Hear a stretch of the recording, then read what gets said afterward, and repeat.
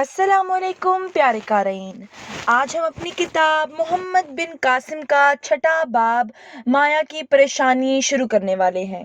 تو آئیے شروع کرتے ہیں۔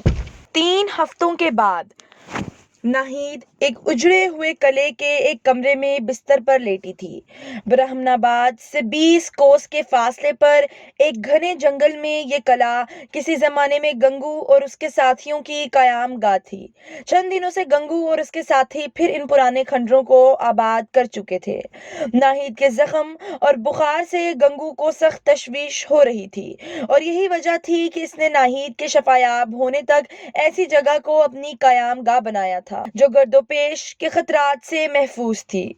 گنگو لوٹ مار کی قسم کھا چکا تھا۔ اسے ایک خاص مقصد کے لیے اپنے ساتھیوں کے لیے گھوڑے اور دوسرے ساز و سامان کی ضرورت تھی۔ جہاز غرق ہو جانے کے بعد اس کے پاس صرف 4 بیش قیمت ہیرے رہ گئے تھے جنہیں وہ ہر وقت اپنے پاس رکھتا تھا۔ وہ ایک گجراتی تاجر کا بھیس بدل کر برہمن آباد پہنچا۔ وہاں پر صرف 2 ہیرے بیچنے سے اسے قدرے رقم مل گئی جو اس کے تمام ساتھیوں کو گھوڑے، تلواریں اور کھانے پینے کا سامان مہیا کرنے کے لیے کافی ثابت ہوئی۔ گنگو کو دیبل کے آس پاس اگر کوئی اس قسم کی جائے پناہ مل جاتی تو وہ یقیناً اسے اپنی سرگرمیوں کا مرکز بناتا، لیکن وہاں کوئی موزوں جگہ نہ ہونے کے علاوہ گنگو کو یہ بھی یقین تھا کہ قیدیوں کو برہمن آباد یا اردوار میں راجا کے سامنے ضرور پیش کیا جائے گا۔ چند دنوں سے گنگو کے ساتھی دیبل اور برہمن آباد کے درمیان تمام راستوں پر پہرا دے رہے تھے۔ گنگو کی نیت کے متعلق خالد کے تمام شکوک رفع ہو چکے تھے۔ مایا دیوی بھی دن رات ناہید کی تیمارداری کر کے گنگو کو کسی حد تک اپنی نیک نیتی کا ثبوت دے چکی تھی، ناہید کے شبہات دور کر چکی تھی، لیکن خالد پر اس کی کسی بات کا اثر نہ ہوا۔ اس کے لیے گویا وہ تھی ہی نہیں۔ وہ تیمارداری کے لیے ناہید کے پاس بیٹھتا، وہ اس کے سامنے ناہید کے زخم کی مرہم پٹی کرتی، اسے دوائی کھلاتی، اس کا سر دباتی اور خالد کو اپنی طرف متوجہ کرنے کے لیے اپنے ارادوں کے خلاف کئی بار یہ الفاظ دہراتی: آپ کی بہن کی طبیعت اب ٹھیک ہے، زخم جلد ہی ٹھیک ہو جائیں گے، بہن ناہید اب تندرست ہے، آپ پریشان نہ ہوں، خدا آپ کی مدد کرے گا۔ لیکن خالد کی طرف سے کوئی جواب نہ پا کر وہ یہ محسوس کرتی کہ خالد کی آنکھیں اور کان اس کے لیے بند ہو چکے ہیں۔ دریائے سندھ کے دہانے سے اس مقام تک کشتی کے طویل سفر میں بھی یہی حالت تھی۔ دریا میں وہی پانی تھا جسے وہ سمندر میں دیکھ چکی تھی۔ ہر صبح وہی سورج نمودار ہوتا اور شام کے وقت انہی چاند اور ستاروں کی محفل سجتی تھی۔ لیکن خالد کے طرز عمل میں تبدیلی کے بعد اس کے لیے کائنات کی تمام رنگینیاں پھیکی پڑ چکی تھیں۔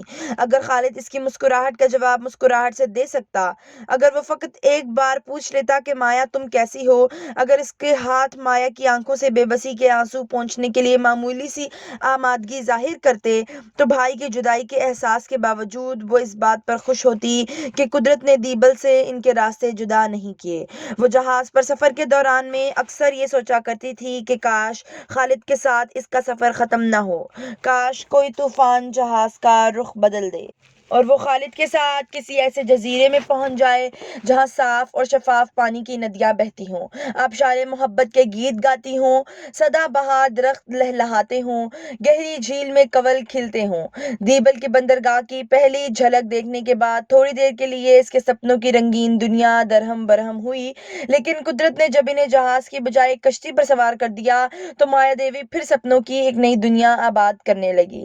لیکن دیبل کے حادثے نے ایک جیتے جاگتے نوجوان کو ایک پتھر کا مجسمہ بنا دیا تھا۔ محبت اور وفا کی دیوی کی ملتجی اور متمنی آنکھوں کے جواب میں خالد کی آنکھوں میں نفرت اور حقارت کے سوا کچھ نہ تھا۔ ان لوگوں میں صرف ناہید ایسی تھی جسے یہ یقین تھا کہ دیبل کے حادثے سے مایا دیوی کا کوئی تعلق نہیں۔ وہ ایک عورت کی ذغاوت حس سے مایا کی ذہنی کشمکش کا اندازہ کر چکی تھی۔ اسے جب بھی موقع ملتا وہ خالد کے سامنے مایا کی پاکیزگی، اس کی معصومیت اور اس کی حیا کا ذکر چھیڑ دیتی۔ خالد گفتگو کا موضوع بدلنے کی کوشش کرتا تو وہ کہتی: خالد، تمہارا دل بہت سخت ہے، تم دیکھتے نہیں اس کا سرخ و سفید چہرہ دوپہر کے پھول کی طرح مرجھا گیا ہے۔ اس کا بھائی برا سہی، لیکن میرا دل گواہی دیتا ہے کہ وہ معصوم ہے۔ وہ تمہیں اپنی آخری پناہ خیال کرتی ہے، تم اسے تسلی دے سکتے ہو۔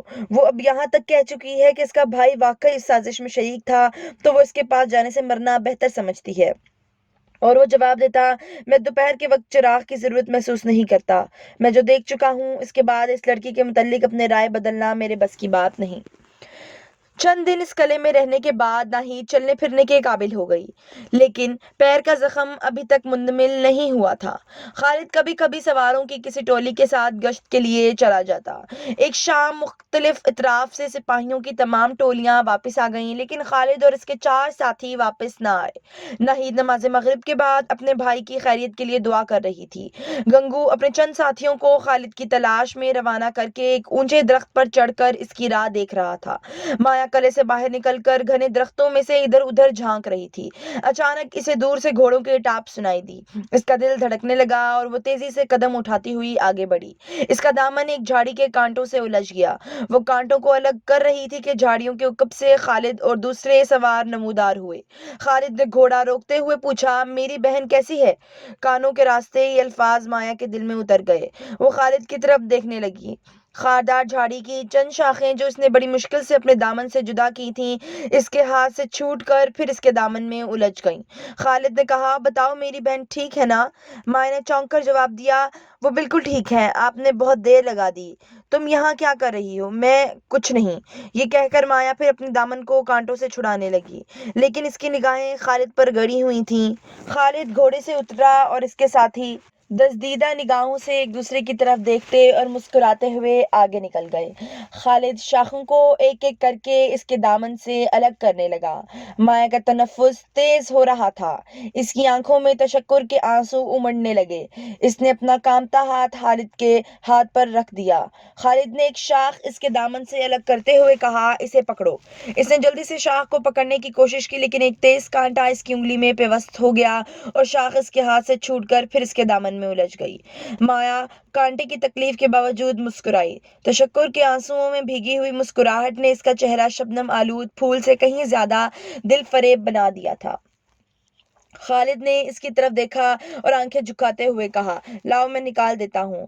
مایا نے کچھ کہے بغیر اپنا ہاتھ اس کی طرف بڑھا دیا۔ خالد کانٹا نکال کر پھر جھاڑی کی طرف متوجہ ہوا۔ اس نے پوچھا، تم یہاں کیوں آئیں؟ مایا نے جواب دیا، قلعے میں گرمی تھی اور ذرا ہوا خوری کے لیے نکل آئی تھی۔ لیکن اس کا دل کہہ رہا تھا، کیا سچ مچ تم میرے یہاں آنے کی وجہ نہیں سمجھ سکے؟ کاش میں تمام عمر کانٹوں میں الجھی رہوں اور تم نکالتے رہو۔ خالد نے جواب دیا، لیکن اس وقت درختوں کے نیچے تو زیادہ حبس ہے۔ مایا نے پریشان سا ہو کر خالد کی طرف دیکھا، لیکن کچھ سوچنے کے بعد جواب دیا، میں دریا کی طرف جا رہی تھی۔ دریا دوسری طرف ہے۔ میں بھی اسی طرف جا رہی تھی، لیکن کیا؟ گھوڑوں کی ٹاپ سن کر اس طرف لوٹ آئی۔ آج آپ نے بہت دیر کر دی، میں پریشان تھی۔ میں تمہاری پریشانی کی وجہ نہیں سمجھ سکا۔ اگر میں زبیر اور اپنے دوسرے ساتھیوں کی طرح قید میں ہوتا تو تمہیں بہت اطمینان ہوتا، لیکن میں تمہیں یقین دلاتا ہوں کہ اب میں بھی قید میں ہوں۔ میں تمہارے بھائی کی طرح اپنی بہن کو چھوڑ کر نہیں جا سکتا۔ مایا کے دل پر ایک چرکا لگا۔ وہ دیر تک بے حس و حرکت کھڑی رہی۔ اس نے خلاف معمول خالد کی طرف ٹکٹکی باندھ کر دیکھا اور اس کی چمکتی ہوئی پتلیوں پر پھر ایک بار پانی کے دھندلے نقاب چھا گئے۔ یہ نقاب ابھر کر چھلکتے ہوئے آنسوؤں میں تبدیل ہو گئے، پلکیں انہیں زیادہ سہارا نہ دے سکیں۔ دو چمکتے ہوئے موتی رخساروں پر ہلکی ہلکی لکیریں چھوڑتے ہوئے ہونٹوں پر آ رکے۔ مایا نے اپنا چہرہ دوپٹے میں چھپا لیا۔ چلو اب دیر ہو رہی ہے۔ خالد کی آواز سن کر مایا نے چونک کر چہرے سے ہاتھ اٹھائے۔ اس کا دامن کانٹوں سے الگ ہو چکا تھا اور خالد گھوڑوں کی باگ پکڑ کر جانے کے لیے تیار کھڑا تھا۔ وہ بولی، آپ جائیے، میں خود آ جاؤں گی، لیکن میں آپ سے آخری بار صرف ایک بات کہنا چاہتی ہوں کہ میں بے قصور ہوں۔ اگر میرا بھائی اس سازش میں شریک تھا تو بھی یہ انصاف نہیں کہ اس کے باپ کی سزا مجھے ملے۔ خالد نے جواب دیا، میں تمہیں سزا نہیں دینا چاہتا، تمہیں بہت جلد تمہارے بھائی کے پاس پہنچا دیا جائے گا۔ تمہارا بھائی بھی تم سے دور نہیں، وہ یہاں سے 4 کوس دور دریا کے کنارے ایک ٹیلے پر پڑاؤ ڈالے ہوئے ہے۔ وہ راجا سے انعام حاصل کرنے کے لیے قیدیوں کو برہمن آباد لے جا رہا ہے۔ اس کے ساتھ دیبل کے حاکم بھی ہے۔ کل تک وہ برہمن آباد پہنچ جائیں گے۔ شاید آج رات ہی تمہارے بھائی کے پاس ہمارا پیغام پہنچ جائے، اور اگر اس نے قیدیوں کو چھوڑنا منظور کر لیا تو تمہیں اس کے پاس پہنچا دیا جائے گا۔ میں شروع سے اس بات کا حامی نہ تھا کہ تمہیں یہاں رکھا جائے۔ ہمارا اخلاق ہمیں یہ اجازت نہیں دیتا کہ ہم ایک بے بس عورت پر ہاتھ اٹھائیں۔ تم اطمینان رکھو۔ آپ کو کس نے بتایا کہ میرا بھائی قیدیوں کو لے جا رہا ہے؟ کیا یہ ممکن نہیں کہ پرتاپ رائے کے ساتھ وہ بھی ایک قیدی کی حیثیت میں جا رہا ہو؟ میں آج خود اپنی آنکھوں سے دیکھ آیا ہوں۔ وہ ایک مشکی گھوڑے پر سوار تھا اور قیدی بیل گاڑیوں پر بھی پابائے زنجیر تھے۔ چلو اب دیر ہو رہی ہے، گنگو میرا انتظار کر رہا ہوگا۔ آپ جائیں، میں ابھی آتی ہوں۔ تو لیجیے قارئین، آپ کا ہمارا سفر یہیں پر آج اختتام پذیر ہوتا ہے۔ اگلا پارٹ سننے کے لیے ہمارے چینل کو لائک کیجیے، سبسکرائب کیجیے اور شیئر کرنا مت بھولیے۔